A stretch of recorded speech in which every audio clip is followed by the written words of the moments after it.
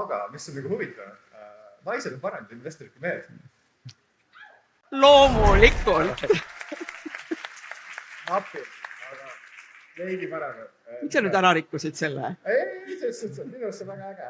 Kõige suurem probleem on see, et me inimesed ei investeeri. Nagu, sorry, aga nagu meil on siin väga unikaalne olukord. Ma pole üheski riigis näinud, et mingid inimesed läheks metsa rääkima investeerimist. Kõik teame seda nagu. Aga enamus eestlased ei investeeri.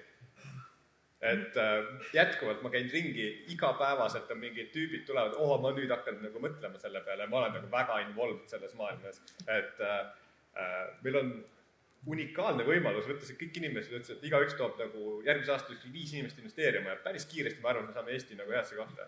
Jama on selles, et sorry, te olete varsti kõik pankrotis, sest Eesti inimesel keskmiselt on 60% on 1-2 kuud raha.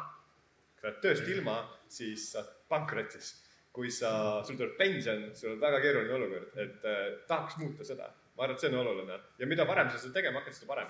Et ma arvan, et kui Eesti suudaks viia inimeste enda investeerimistaseme selle koha peale, et me saaksime kõik ise hakkama ilma riigi toeta. Riik siis on abiks, aga riigi toeta, siis me oleksime väga unikaalne riik. Meil oleks nii palju rohkem, või nii palju vähem stressi, rohkem finantskindlust, me saaksime palju ägedamad asjad.